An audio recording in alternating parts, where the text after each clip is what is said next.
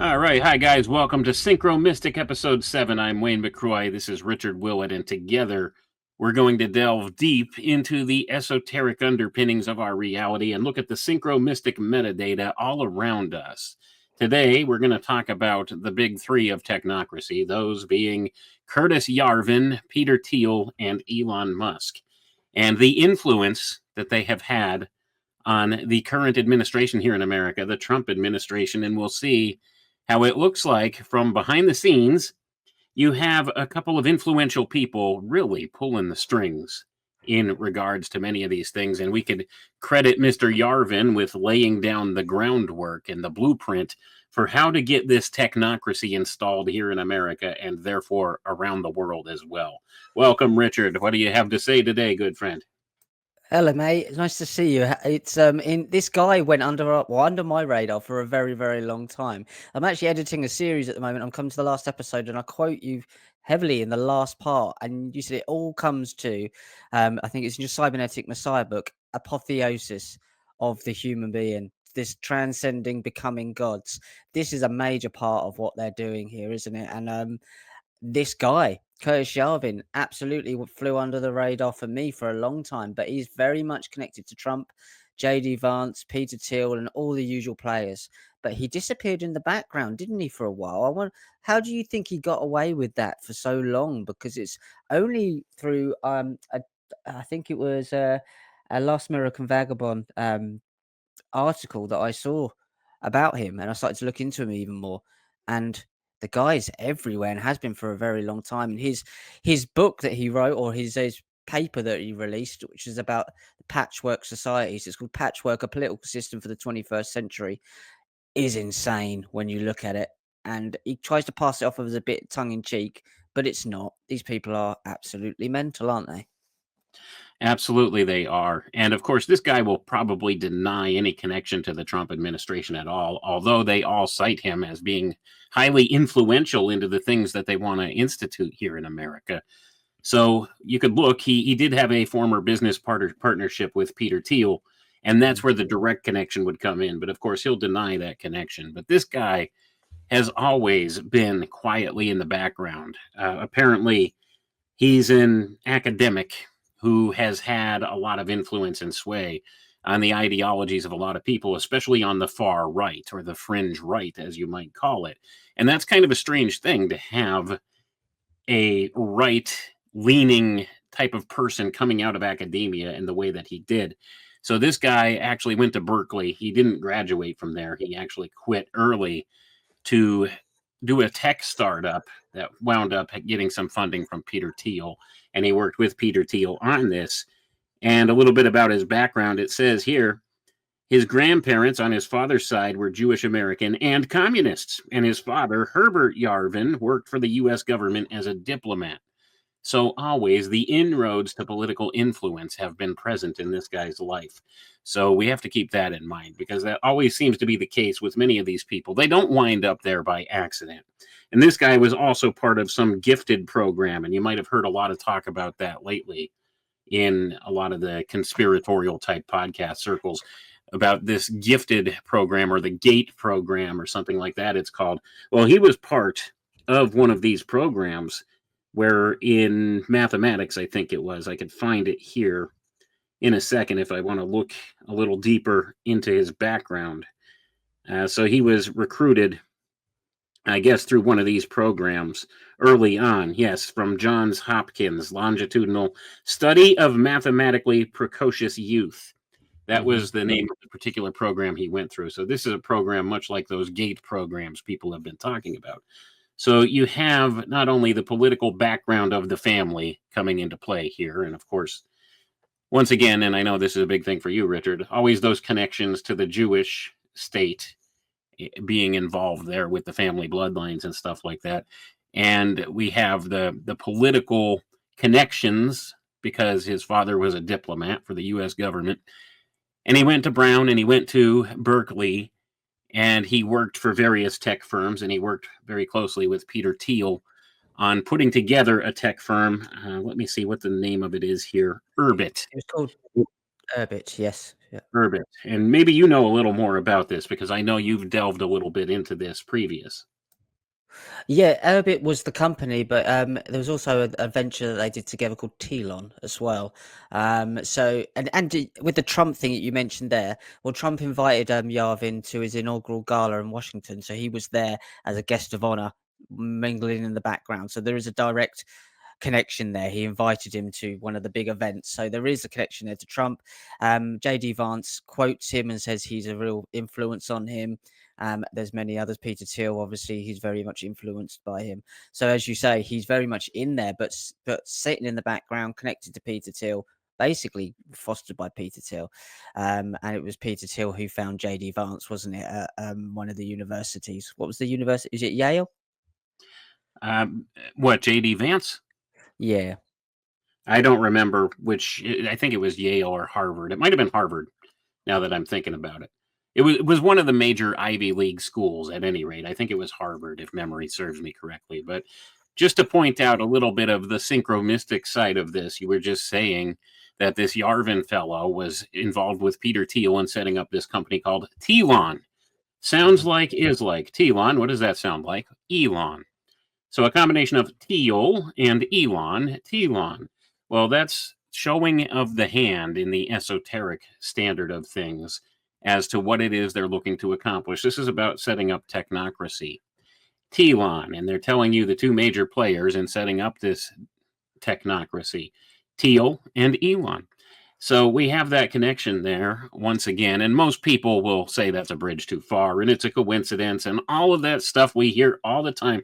This is the nature of what I call synchromystic metadata. It's out there. It's a bit of disconnected information that seems to bridge the gaps between intention and the active phase of putting together such a thing. So it's out there. Let's put it that way. It has a real effect on the human mind. So this company, Telon, Urbit, I guess, became Telon, if I remember correctly, or some such thing like that. And it was a set of decentralized computer mainframes or something like that, I think is what essentially was first set up. So this makes you think in terms of crypto, because that's what cryptocurrency is said to be. It's said to be decentralized, and they're looking for all of these decentralized type utilities to build the technocracy and to build the control grid. That's what it's all about. And this guy, this Yarvin, espouses what he calls a system of dark enlightenment. That is the philosophy that he names as the guiding principle for all of this, dark enlightenment. And in fact, I'm going to go ahead and look up exactly what it says dark enlightenment is. The dark enlightenment, also called neo-reactionary movement, also known as NRX, by the way, Elon is a big proponent of this, is an anti-democratic, anti-egalitarian, and reactionary philosophical and political movement. The term dark enlightenment is a reaction to the age of enlightenment and an apologia for the popular conception of the dark ages. So essentially, this guy is espousing a lot of things that you can historically find are true, but at the same token, he's taken it to the dark side, and he even tells you in the terminology he chose for it, the dark enlightenment. So essentially, they're trying to get back to a neo-feudal type of system with a technocratic bent to it. And I've seen numerous articles in recent weeks that are really pointing the direction for this. And Richard, before we went on air here, we were talking about an article that was published in The Guardian back in January. I had sent you a copy of that. And there's some very interesting things in that article that we can touch on here to show that it looks like the Trump administration is actually following the blueprint laid down by this Yarvin fellow in his ideology of dark enlightenment here, or this neo-reactionary movement, if you want to call it that. Because what he's espousing is that democracy is dead, or the notion of democracy is dead, that America was a failed experiment, and now the only way to move forward is to centralize things in a techno-monarchy of sorts. And these are the exact words that he uses. Now, this guy has a Substack out there what's it called? Something Gray something right now. He was known as a writer named Mencius Moldberg. He took on a nom de plume in that way, and he used to Yeah, run a publication, a it's called blog. Grey Mirror, which Gray obviously is Mirror. Black That's what it Mirror. was. Yep. Yeah, and you can see the implication here. You're comparing it to Black Mirror, and certainly, I don't think these things are by accident. And if you look into the background of these guys, like if you look in the background of Peter Thiel, well, he was a massive fan of fantasy genre and sci-fi, and he named a lot of his ventures after things in the genre of fantasy and sci-fi, particularly the works of Tolkien. Palantir. This comes directly from Tolkien. That's what he named it after, is this work from Tolkien. So he's done several of these now. He's got other venture firms and stuff that he's named after Tolkien-esque ideas and things like that. So they have that connection in their mind to these occult principles because that's what many of these sci-fi and fantasy writers of the time were putting out there, whether they realize it or not. So you have these occult ties back to this, and these guys seem to have resonated with that and have used it in order to affect the human consciousness in a certain way with the names that they put to their projects. So this is another connection to the synchromystic, staying in kind of that realm of things as well. But we could see the real practical ramifications coming about in the political spectrum around us, can't we, Richard? Oh, we can as well. And as you mentioned, the esoteric there and the deep symbology of what he's talking about. The dark enlightenment is not a just something he chose because it sounded kind of cool. This is light emerging from darkness. This is from the Chabad website. These are the guys, the Jewish sect, and I keep repeating this is a very small amount, and they're not really, I don't believe, following any Jewish faith. They're using it as a cover. They're Kabbalists, Lurianic Kabbalists.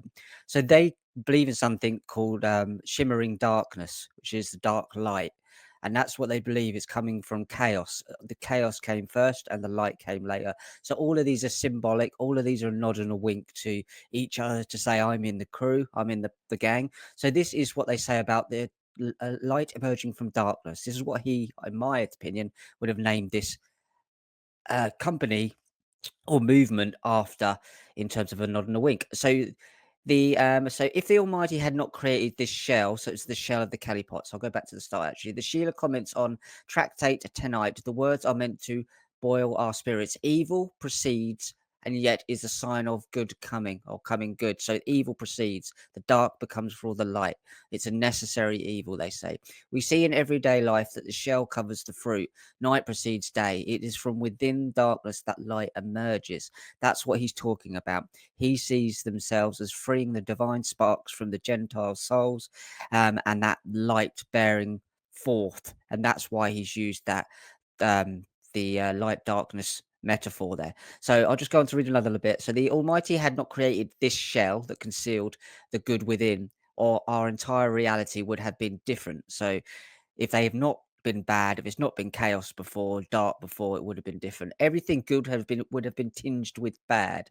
Every fruit would have been a mixture of sweetness and waste, wine mixed with sediment. Ultimately, the Holy One, bless he be, wished us to have the wine that is guarded.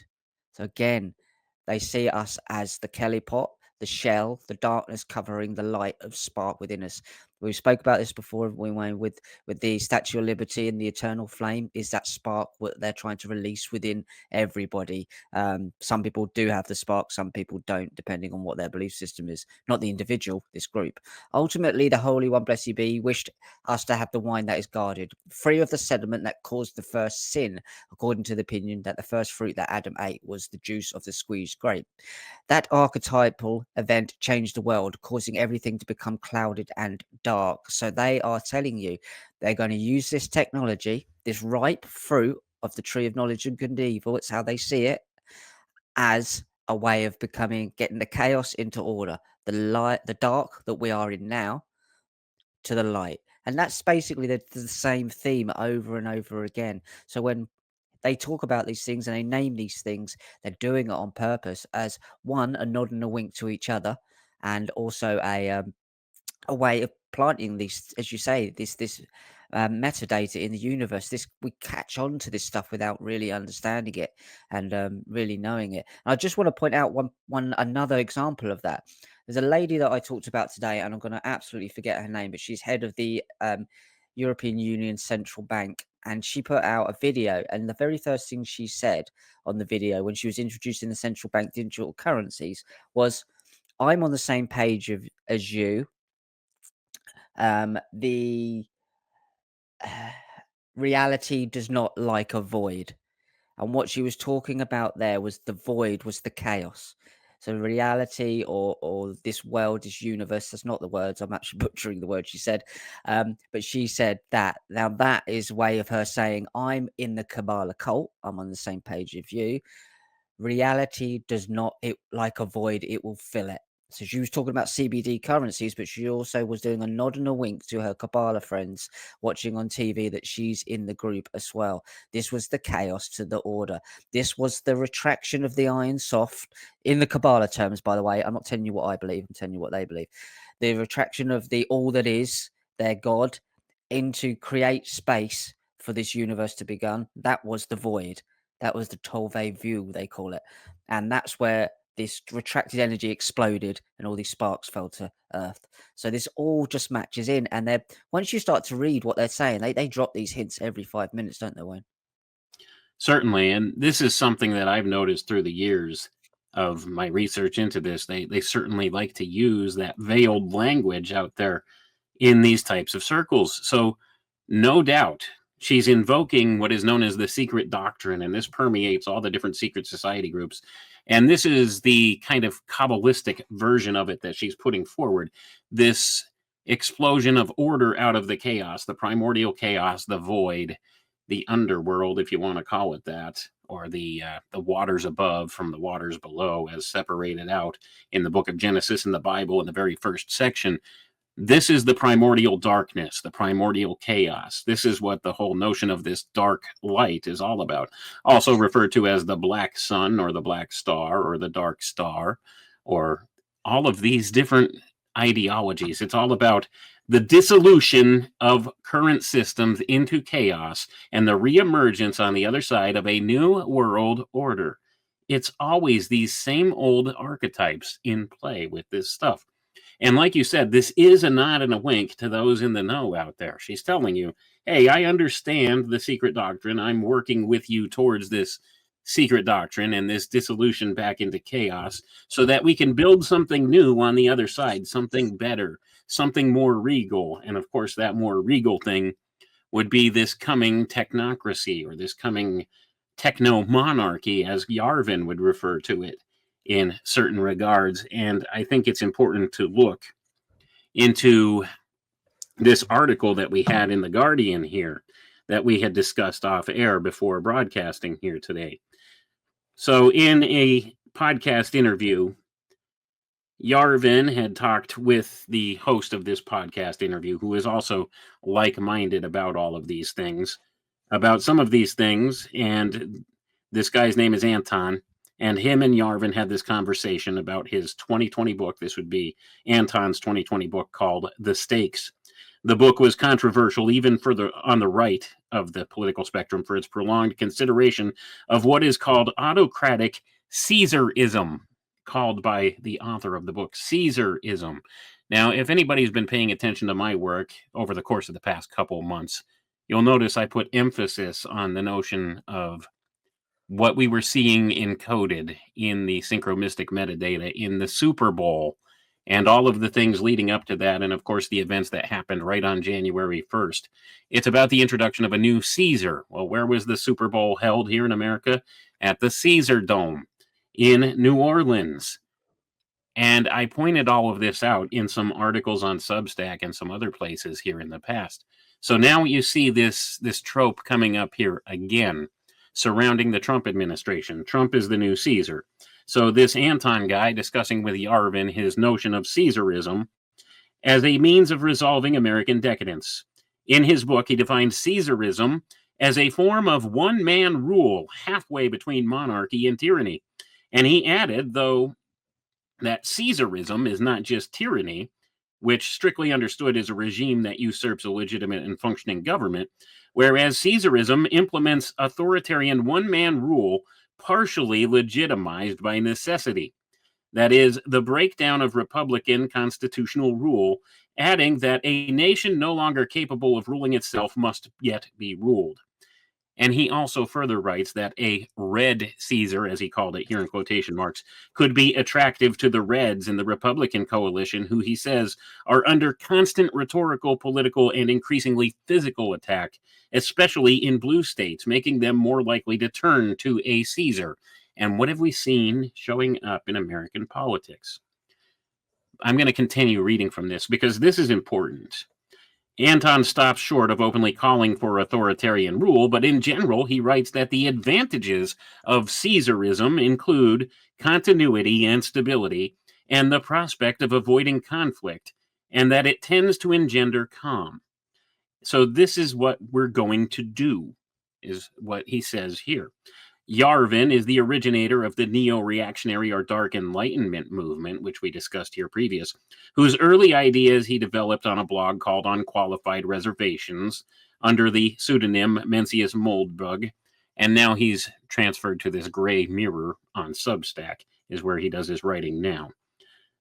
So The Guardian previously reported that, let's see, that's not really related to this. I'm going to skip that part. So it says Yarvin has consistently held to a number of explicitly anti-democratic beliefs. He says Republican self-government has already ended, that the real power is exercised oligarchically in a small number of prestigious academic and media institutions, which he refers to as the cathedral. And once again, you'll see the language, the esoteric language being applied. So he calls this consortium of the academic realm and the media realm the cathedral. And he also says a sclerotic democracy should be replaced by a strict hierarchy headed by a single person whose role is that of a monarch or a CEO. And that's what we're seeing, isn't it? So he also thinks that the current liberal democracy contains the seeds of its own destruction. Now, here's where he wasn't wrong. All of these leftist ideologies have fed into the destruction of the current system. Then this article says, as J.D. Vance put it in a 2021 podcast interview with far-right influencer Jack Murphy, he said, there's a guy, this Curtis Yarvin, who's written about some of these things. One has to basically accept that the whole thing is going to fall in on itself. And then Vance added, the task of the conservatives right now is to preserve as much as can be preserved. And then when the inevitable collapse comes, you build back the country in a way that's actually better. Now, hold on here. We're going to build back better. Wasn't that being espoused by the Democrats? You see how they all work together. It's two wings, same bird, all the time with this. And always these esoteric ideas underlie it. And this is from a 2021 interview that J.D. Vance did long before he was going to run for the vice presidency or anything of that sort. He was talking about this stuff. And wouldn't you know it, this is the guy we get as the vice president. So we have all of this going on. So let's get to the important part here. Yarvin actually is said to be the person who spent the most time gaming out exactly how the U.S. government could be toppled and replaced. This is according to the publication Vox. This is what they claim. They claim this guy has spent the most time actually putting the nuts and bolts pieces together on paper, how to do this. And Yarvin suggests that a would-be American autocrat should campaign on and win an electoral mandate for an authoritarian program. They should purge the federal bureaucracy in a push that Yarvin has anagrammatized as RAGE, which means retire all government employees. And we see the Trump administration gutting government departments left and right. This is what Yarvin says, okay? They should simply ignore any court rulings that seek to constrain them. They've been doing that. They should bring Congress to heel, in part by mobilizing their populist base against recalcitrant lawmakers. And liberal or mainstream media organizations and universities should be summarily closed. Well, he's threatening to pool the funding for any of them that would support any anti-Semitic rallies or any such thing. And of course, there's very loose designations as to what that consists of. So we're seeing this stuff going on. And it says, given the post-election period and Trump's preparation for a return to the White House, Yarvin's program seems less fanciful than it did in 2021 when he laid this out for Anton on this podcast. So what are we looking at here? We're looking at all of this stuff coming to fruition. And midway through their conversation on this podcast, Anton says to Yarvin, you're essentially advocating for someone to, age-old move, gain power lawfully through an election and then exercise it unlawfully, adding, what do you think the actual chances of that happening are? And then Yarvin replied, it wouldn't be unlawful, adding, you'd simply declare a state of emergency in your inaugural address. Trump did declare 2 states of emergency in his inaugural address. So this is what's being done. So Yarvin continues, you'd actually have a mandate to do this. Where would that mandate come from? It would come from basically running on it, saying, hey, this is what we're going to do. So throughout the campaign, Trump promised to carry out a wide array of anti-democratic or authoritarian moves and effectively ran on those promises. And of course, he did declare this state of emergency in his inaugural address, and we're seeing how he's using his executive powers of executive orders and actions to dictate exactly what's going on here in America today. It's unprecedented, the amount of executive orders that he's signed, and this sets up a very uncomfortable precedent for things in the future, because if you get somebody from the other side in there, well, immediately they're going to go in and start doing the same things. They'll reverse everything Trump did, and they will rule through executive order. And this is your one-man rule type situation, this techno-monarch ruling things. And it's going to create a whole separate system of problems, because I got news for you. A nation is not a corporation, and you cannot run it as such. You cannot have a CEO who calls all the shots and micromanages everything. It doesn't work. It's not going to work. But they're trying their best because they see this as the way to get this technocratic control grid in place. Once the technology and the AI gets involved, then it's game over. Then you're not going to have an authoritarian figure like a Trump up there running things. The system will run itself, and the system will police itself, and then you will be subservient to the system. And that's wherein is the problem. So we have this technocratic revolution coming, and we have it quietly going on in the background. All in the meantime, well, many of the right-wing supporters here are cheering it on, saying, yay, look, he's doing good things. Yes, there's some good stuff coming out of the destruction of these old systems that have been antiquated and corrupt for a long time. But what are they doing to replace it? What are they going to replace it with? And that's what people aren't looking at the big picture with. So anyway, Richard, I know I talked at length there. I'd like to hear some of your thoughts on all this. Well, I came to the same conclusion as well. It's like a CEO of the world. That's what I've called it. That's what's going to be, a corporation, dead entity, which is corpus, CEO of the world. I just want to talk about what he wrote. So, Patchwork, a Political System. Let's have a look at some of his actual writing. So, this is the mindset of the guy. So, he says in this article here, go and have a look at it. You can find it on the line. He's even written a book, and it's out on Amazon, of this. Patchwork, a Political System for the 21st Century. So it is all residents, even temporary visitors, carry an ID card with RFID response. And this is quite an old publication, by the way. This is 2008. He wrote this in. All are genotyped and iris scanned. Public places and transportation systems track everyone. Security cameras are ubiquitous. Every car knows where it is and who is sitting in it, and tells the authorities both. Residents cannot use this data to snoop on each other's lives, but Frisk Corp, which is the corporation he's made, up in this event, and it's San Francisco. He's named it as Frisk Corp instead of the place San Francisco. But Frisk Corp can use it to monitor society at almost arbitrary detailed levels. We're seeing all this coming about. It goes on to say strong identification and tracking of residents also mitigates one of the most obvious problems with the patchwork approach, the inconvenience of constantly crossing borders in a world of small sovereignties. What does a resident do if she lives in San Francisco and wants to drive to Berkeley? What is a different country? There's a checkpoint on the Bay Bridge. So there's no different countries. These are just checkpoints. So it goes on to say it gets even worse. The initial conversation of our present democratic and, of course, completely dysfunctional San Francisco into the realm of Frizcorp will produce quite a few wards, at least relative to the number we would expect to emerge in a healthy society. But there will always be black sheep and there will always be wards. And this is where it gets very dark. A delegate of San Francisco, as a delegate of San Francisco or Friscorp, what should you do with these people? I think the answer is clear: alternative energy. Since wards are liabilities, there is no business case for retaining them in their present ambulatorial form. Therefore, the most profitable disposition of this dubious form of capital, the people, is to convert them into biodiesel, which can help power the minibuses.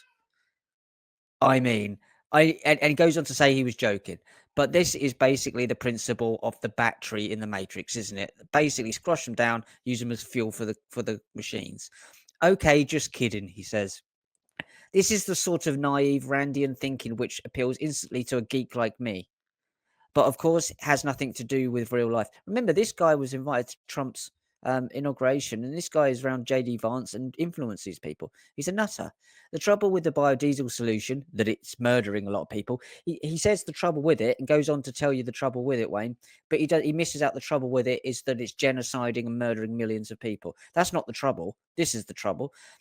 So the trouble with the biodiesel solution is that no one would want to live in a city where people's public transport was fueled, even just partly, by the distilled remains of its late underclass.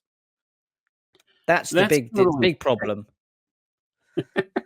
That's totally sick. This guy has a very sick mind. Let's put it that way. So you're taking a combination of The Matrix and Soylent Green. You remember the movie Soylent Green, Richard? If you've never seen that one, go back and watch it with Charlton Heston. Soylent Green is people. They actually turn the people into food as well. So, I mean, you have the same kind of notions going on all across these old science fiction works. And this guy is actually proffering this as a solution to some of the problems here. You have to be concerned with this. Even if it's tongue-in-cheek and he's intending it as humor, it's not humor. Like, he's serious about this. He's halfway serious about it. Otherwise, he wouldn't put pen to paper in a serious discourse like that, talking about these things. It's not like it's satire or anything like that. And of course, you could see some of the influences he's had. Of course, Ayn Rand being one of those influences as well on this guy. So you have to go back and look at a lot of these older ideas to see where he's coming from with all of this. But certainly you can see the allegory of the Matrix involved. Using the people, human resources. Why do you think they call us human resources? That's how these people view us. We are resources. We are like cattle to them. And this is the sad problem that we face, especially when you take the ideas of sick, twisted people like this and apply computer algorithms to them. The machine is going to have no morality in any of this. The AI is going to have no moral compass whatsoever with any of this stuff, especially when these are the boneheads that are programming the thing. So when you look at it from that perspective, we're looking at potentially some dark times ahead if they happen to snap this technocratic control grid in place the way that they intend to. And I find that the American people, by and large, have been lulled back to sleep because they've reversed many of the things that they were grumbling about now. But there are still some things going on we need to be concerned with. So we can't allow ourselves to be lulled back into that slumber once again while this stuff goes on quietly in the background. They're always look what the left hand's doing and ignore what the right hand's doing. So this is exactly what's going on here. And we can see that they're trying to snap into place this technocratic control grid. They're going ahead and funding this AI infrastructure to the tune of $500 billion. And you have these guys in charge of it. That's the concerning thing. Now, technology in and of itself is a tool like anything else, and it has good uses and bad uses. The problem is the people that are controlling the development of these tools are using it all for bad things. That's the problem, and we see that across the board in all of these different technologies that are being developed. So when you have guys like Curtis Yarvin influencing the political side of it, and you have Peter Thiel and Elon Musk actually out there developing the technologies, that are also under the auspices of this ideology, and they're all working together to bring this thing into fruition, we have a problem. And we need to be mindful of it. And I never thought I'd find myself siding with the left on some ideas, because they're way out there nutters too. But like, certainly we have to have some common sense approach to this. And there is none, even though they are saying they're going to restore common sense. And in some areas they are.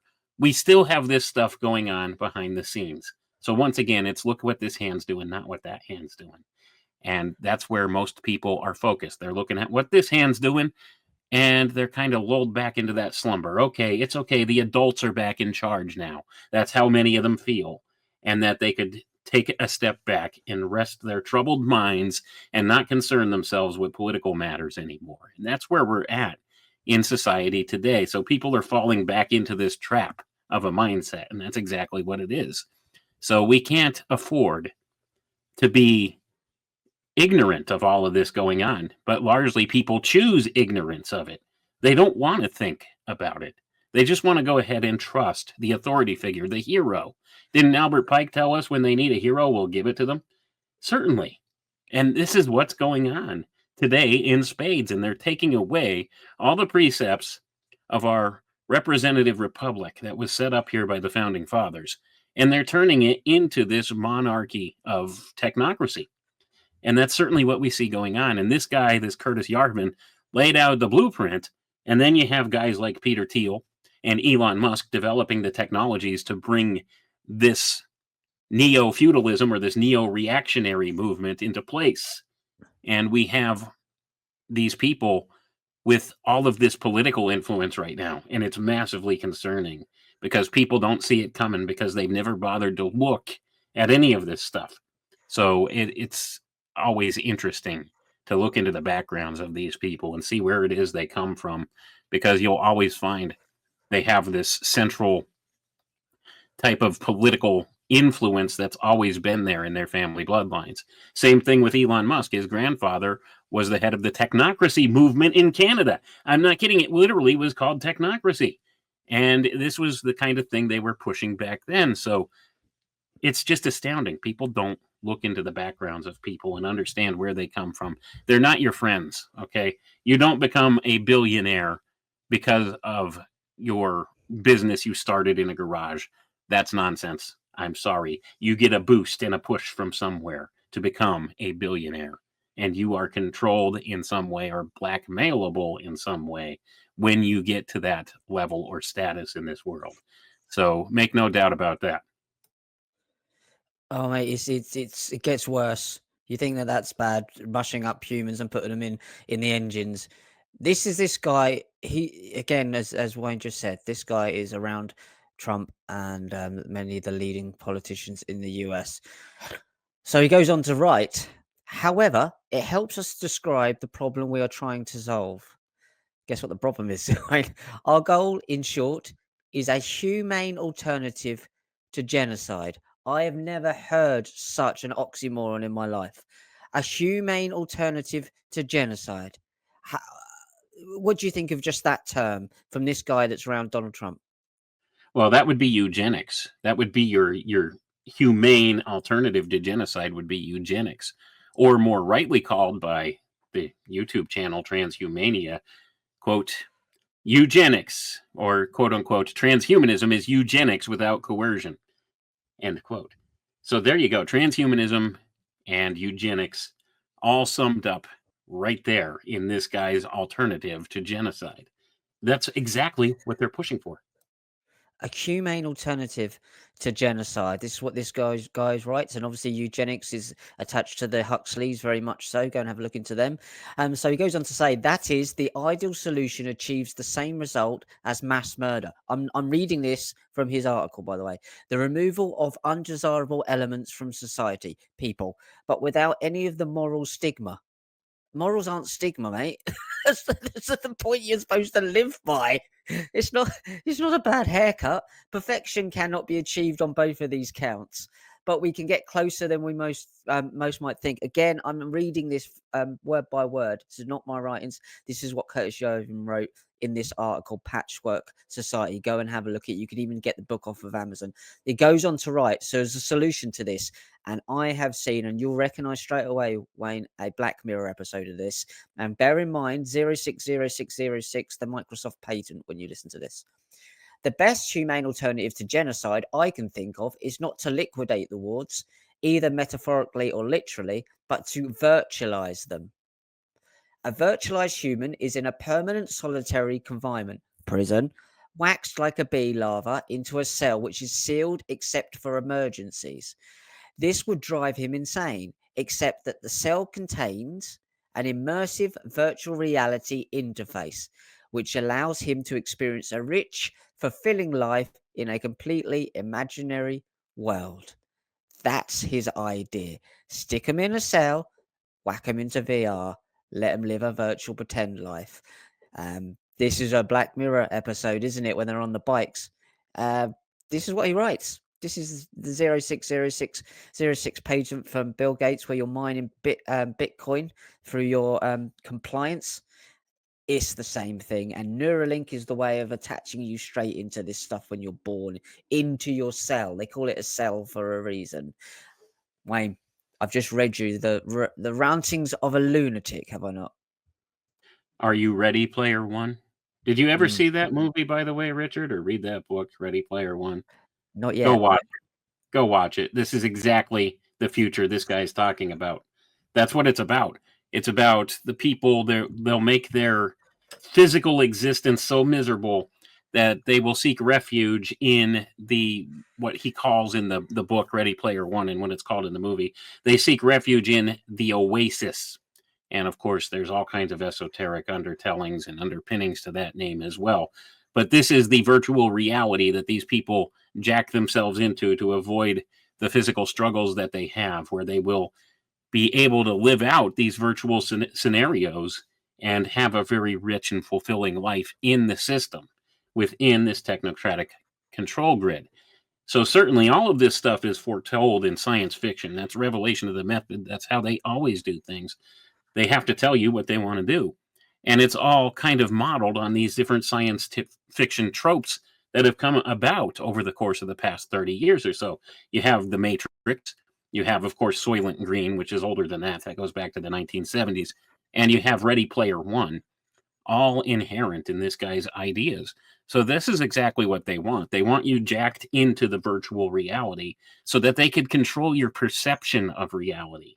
It's not so much about you'll have a rich and fulfilling life sitting in a chair and just being trapped physically and being unresponsive in the physical world, just wanting to live out your existence in the machine.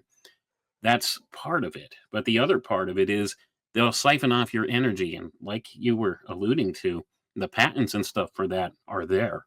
Certainly. We have that patent, which I don't find it to be a coincidence. It's patent number 060606.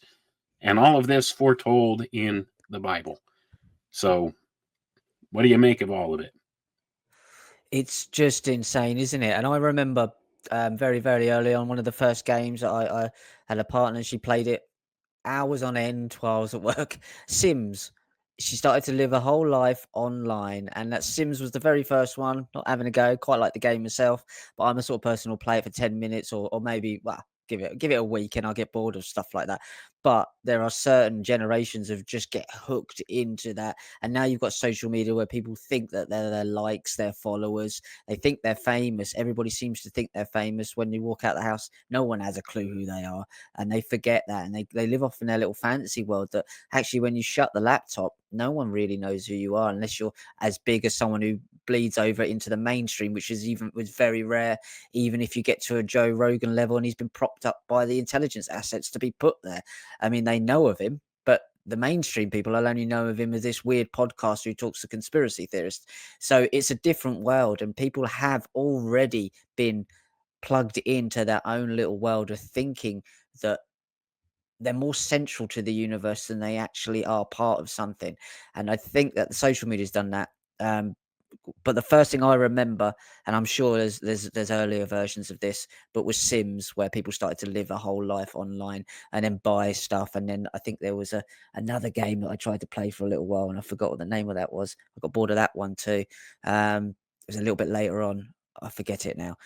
But it was a PC game. And this whole thing has been kind of slowly seeped into the public consciousness, isn't it? That you can do these things online, and then your online persona and your avatar is actually who you are. You can see this. This is coming about very quickly now because of the way the technology's moved forward. And then, as me and Wayne keep saying, these people are around Donald Trump. They are controlling Donald Trump. Now, what's on the back end of that is that ideology of having you trapped in there.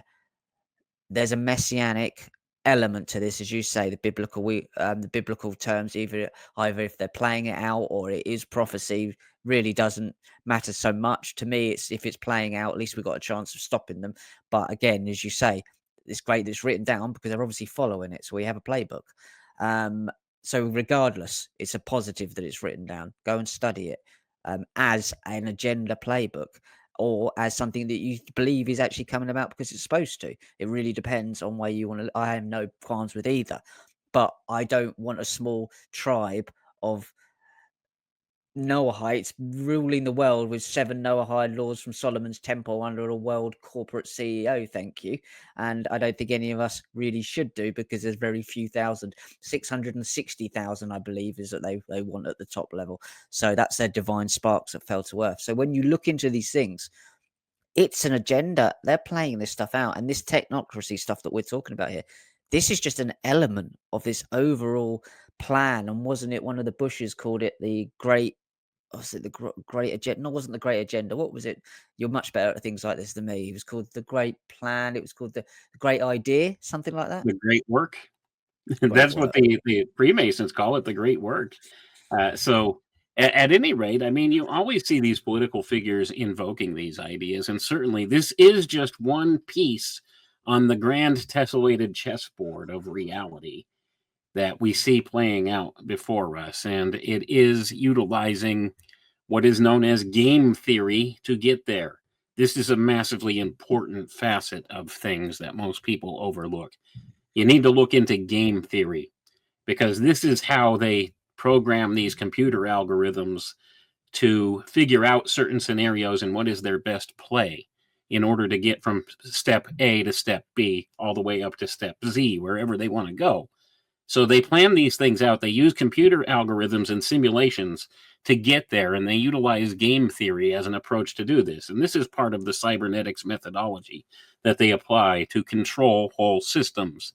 And it could be any type of a system, a biological system, an economic system, anything like that. Cybernetics, plain and simple, is the study of whole systems control, not looking at each individual constituent part and breaking things down into compartmentalized sections, but looking at the big picture. And this is the opposite of how we're taught to think in school. So therefore, they've weaponized this approach against us in very many ways. And the institution or installing of this technocracy is just one of those tools and those pieces that they want to put in place, because this will give them the big picture view to be able to manipulate the parts to achieve the ends that they want. And in the meantime, everybody's compartmentalized in their own little cell, and they don't see what's going on. They don't see the forest from the trees. They see the tree in front of them, not the entire forest. Whereas these people will have a view of the entire forest, so they will know what's around the corner waiting for you, and you won't have a clue. Because you're busy, you're trapped in your one little cell. There's a reason this is called a cell phone, right? And certainly, it's all about this weaponization of language once again. This is the phonetic Kabbalah being invoked with this, and you'll notice he uses that language, Yarvin, in his writing. Patchwork, what's it called? Patchwork. What is the It's book? called, bear with me, it's Patchwork. Scroll up. Patchwork, a political system for the 21st century. You can buy it online. Mencius Moldberg. It was out on November. This is 2008, November the 20th. This Right. was released. So you're talking, this is going back 17 years. He was laying the groundwork for what we're seeing come to fruition right now. And whether the guy really had political machinations or not in mind with this stuff, or whether he was just being an analyst and citing his opinions, well, we see what's come about. They're actually using it as a type of blueprint, aren't they? So he's had some influence, and you don't get that kind of influence by accident. Okay, I have a blog. You have a blog.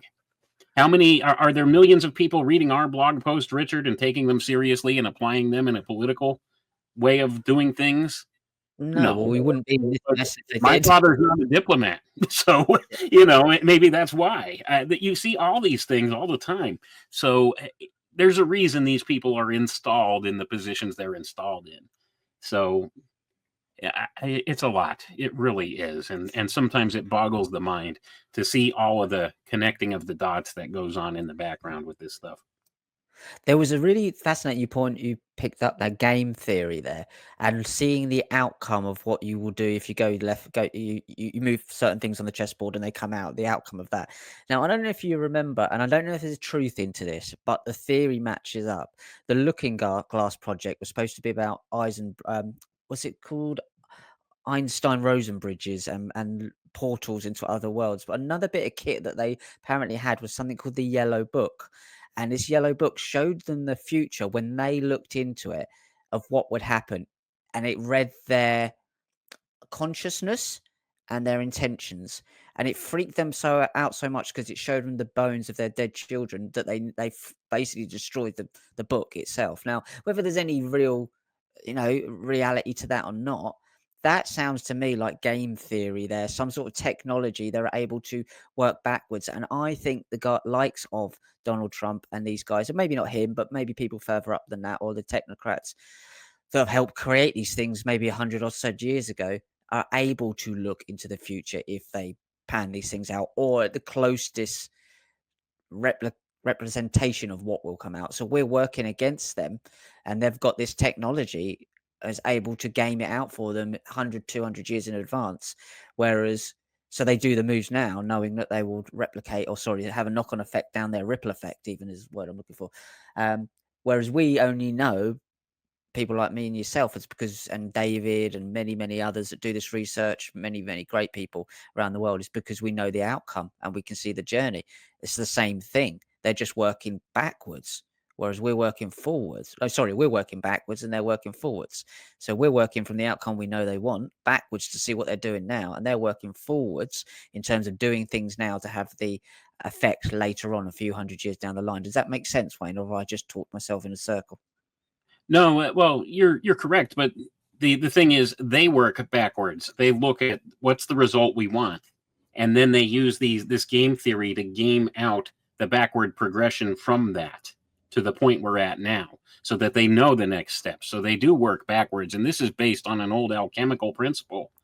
And that's the important thing, because they know natural sciences, they know alchemy, they know how this stuff works, and they manipulate it all the time. And you were speaking about the Yellow Book. This is a very interesting concept that has come about and has been talked about in the circles of ufology.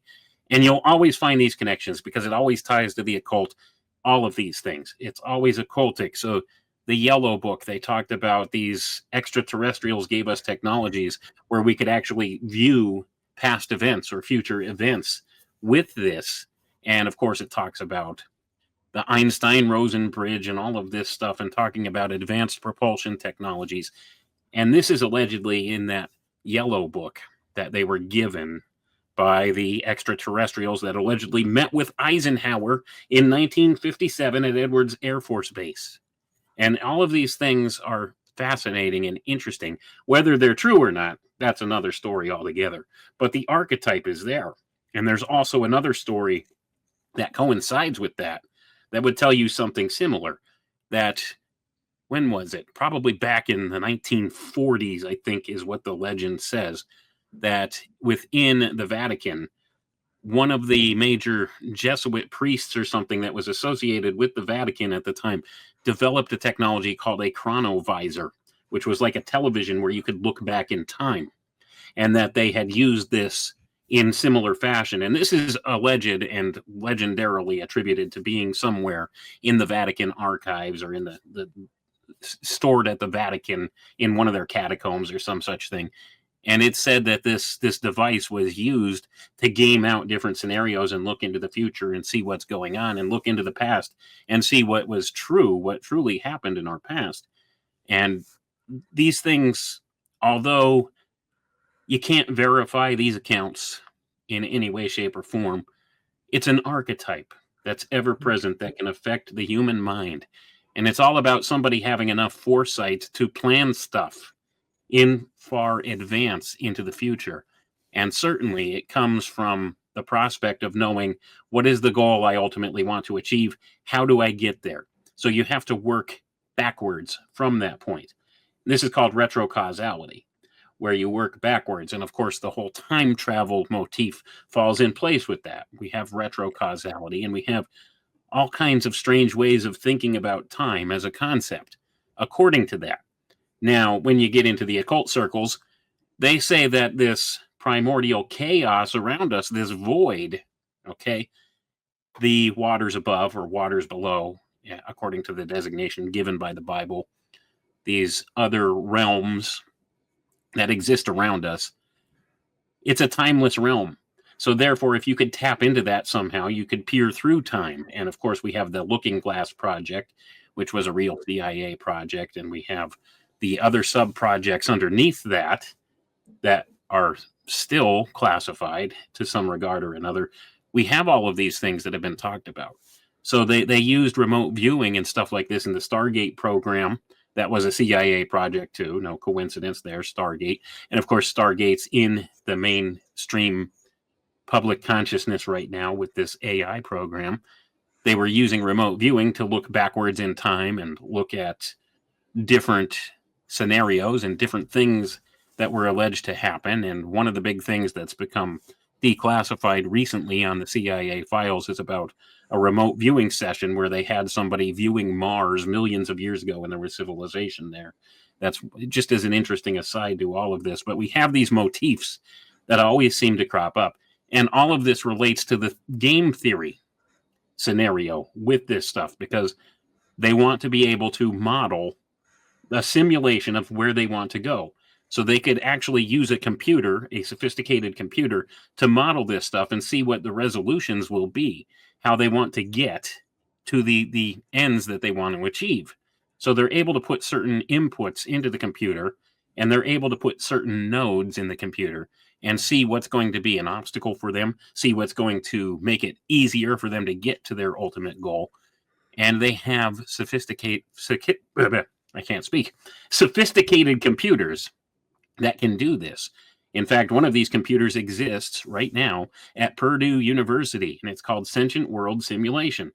And they allege that they have, in some of the top secret applications of this, a node for each individual that exists in the world today in that simulation. And they could run all kinds of different scenarios on that, militaristic ones and otherwise, at this project. And this is a D-Wave adiabatic quantum computer that's been at Purdue University since somewhere around 2009, if my memory serves me correctly. And they use this to war game out scenarios. And there's still classified portions of that project that they won't talk about. So we have all of this stuff going on in the background quietly here. So there's a lot there. And we need to be mindful of the use of these supercomputers and these sophisticated tools for them to achieve the things they want, because they could predict outcomes with like a 99% certainty with these tools that they have, or better, because they've become so sophisticated and they have so many data points on each individual. Now, if you have all these data points on each individual and you could apply that in a quantum computer system as an individual node, you could see how all these separate nodes will interact and how they will react to certain stimuli. And they could tailor make certain stimuli to each node in order to achieve what they want. This is about individualized control. This is about locking each person into that individual cell, giving them junk food for the mind to keep them occupied so that you could do what you want. And then you could siphon their bioenergy from them to fuel what you want to do. And we see models of this going on today, don't we? So I know there's a lot there, Richard. I'd love to hear your thoughts. Well, all of the time travel stuff absolutely fascinates me, and there's an element of truth, whether it's time travel truth or not. At least there's an element there. Obviously have the Baron Trump novels as well. Little Baron Trump having so he's called Baron Trump now. He's not little; he's about 9'8". Look, Lockwood published the first novel, Travels and Adventures of Little Baron Trump and His Wonderful Dog Bolger, in 1889, and its sequel, Baron Trump's Marvelous Underground Journey, in 1983. Go and look into that. That's fascinating. Obviously, Donald Trump's son is called Baron Trump, so you have the time travel underground world element there as well. Something that I did find out, and it's not a dig at the person at all. I've interviewed this chap many times. I found this fascinating. When the Chabad, these are the guys I believe that have this ideology that's controlling or heavily influencing Netanyahu, Putin, Trump, in terms of this messianic agenda. Well, they dug that tunnel not too long ago, maybe about a year and a half ago, and everyone was talking about it. And I found out that a person that I'd interviewed actually donated money to the Chabad. They told me themselves, and are very told me what that was about. And they were, apparently, that's what he said, was they were trying to find some writings that would prove their Schneerson, their Rebbe, was coming back. Whether that's true or not, I don't know, but that's what I was told. And then I found out that this chap who is very much connected. His name is Stuart Swirlow, to the Montauk Project. And the Montauk Project is one of those time travel projection projects that most people talk about. He's very well known for his Montauk Project stuff. Fantastic, fascinating stuff. But he also wrote a book called Dark to Light, Ancient Codes of the Kabbalah, Zohar, and Torah, with Rabbi Sholem Chakim Ben Bar El and another person I won't even try and pronounce. That fascinated me. So he has a book out called Dark to Light. So this whole thing has a connection there. Now, what that is, I can't tell you. And I'm not saying the good, bad people or nothing like that, because the Kabbalah is just an ancient set of understanding. It's a spiritual principle. It's the way these Lurianic Kabbalists have used it. But Stuart Swirlow is involved with the Chabad guys, and he has a book out called Dark to Light, and he's obviously one of the main people in terms of Montauk Project. So there's something here, isn't there, Wayne? And there's something to look into here, because do they have access to this technology? Is it real? These Chabad guys, and able to try and plan out this messianic agenda in terms of this future plays, and you say game theory. That there's some evidence there that might be something to this. Well, I think there is something to this. Even if you just look at the state of our modern supercomputers and stuff we have, that does kind of give you a window of opportunity to look into the future with certain scenarios. They have that. I mean, this is not something out of the realm of science fiction. It may not be a literal chronovisor or a literal yellow book or something where you could look into the little thing and actually view the future, but they have computers that can model what the future will look like based upon current data trends. And this is important, and this is all based on things like the law of large numbers and stuff like this. We've done innumerable talks about this on Crow 777 radio and stuff, with how they manipulate the numbers, how they use the numbers to get as accurate a prediction of the future as possible. It's not anything that's all that mysterious. It's a well-known commodity within game theory. So if you have sophisticated enough tools with enough data points to work from, you could come up with a very accurate prediction of what's going to happen. And certainly, is that a type of time travel? Well, I mean, fundamentally, it's sort of like that. You could predict future events with like a 99% certainty just using this tool. You don't need something like some mystical chronovisor or yellow book or some such thing to view the scenario. You can actually manipulate the data to bring it about. And when you can control individualized data nodes to know what to do with each individualized data node to bring about the ultimate outcome or synthesis that you want. They love the word synthesis, these occultists. If you know what you want, you could achieve it if you have enough data points. That's why we're living in the era of big data, and data is king. It is the most valuable commodity that there is. More valuable than gold, more valuable than silver or oil or any other thing that we would consider a commodity. Data is it. It is king. And they have it in spades right now. They have more data points on each individual than you could imagine. And it represents in things like tailor-made ads for you on social media. They know what you want. They know what you're going to buy 5 years from now. Okay? Let's put it that way. They know what you're going to buy on a particular day 5 years from now with all the data points they have on you with about 99% certainty. They can predict where you're going to be and what you're going to do and what you're going to spend your money on. Let's put it that way. Now, is that in concept very much like a time machine? Certainly. That technology exists now and they're using it. So you don't need some mystical property like a chronovisor or a yellow book to get that done. We have the supercomputers now. And this is what technocracy is about. They want to be able to predict the outcomes. And then you get to notions like pre-crime. We talked about that before, didn't we, Richard? Well, these are all very real things. And you talk about things like the Internet of Thoughts. If you have a brain chip that's going to hook you to the Internet of Thoughts, this is exactly what they're looking for in that Ready Player One scenario we were talking about earlier. That way they'll keep you focused in your own little cell and you won't be aware of what's going on in the world around you, just what they feed to you through that virtual reality lens that you're looking at things through. So it's a more sophisticated prospect than what we have right now. Right now, they control a lot of your worldview through your screen. Looking at your computer screen or your TV screen, they show you the world around you. They don't want you to venture out into your own neighborhood, your own community, and see what's going on in the world immediately by you there, because you'll begin to notice it's completely different than what they're showing you on the screen.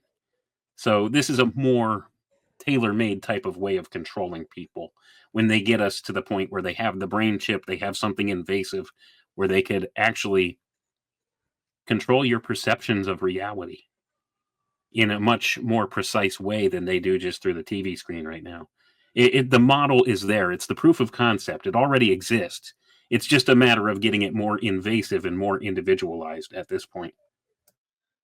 Yeah, it absolutely is. And then you have the other element, and we'll just finish up on that. I'll finish up as that the chess element. Andrew Tate's dad, the Tate's dad, was apparently a world chess champion. You obviously have the Alice in Wonderland chessboard there. The whole game's being played on the chessboard, and obviously the Freemasons dark to light element as well. This is all comes together because it is to them an algorithmically game to them, and that's where they're moving the pieces around. Where can people find your stuff, Wayne? This has been an absolutely fantastic chat. I mean, guys, if you can't, I don't think you're going to get this information elsewhere. So please do share the podcast and help support what we're doing, because very few people are doing this at a different level and taking you from the top level of politicians and showing you why they do what they do.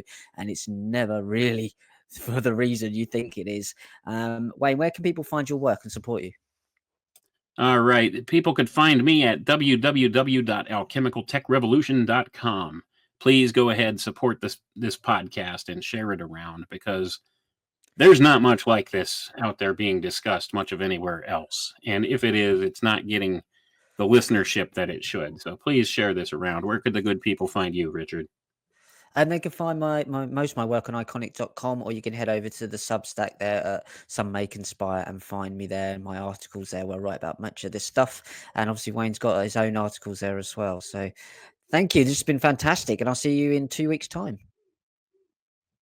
All right, be well.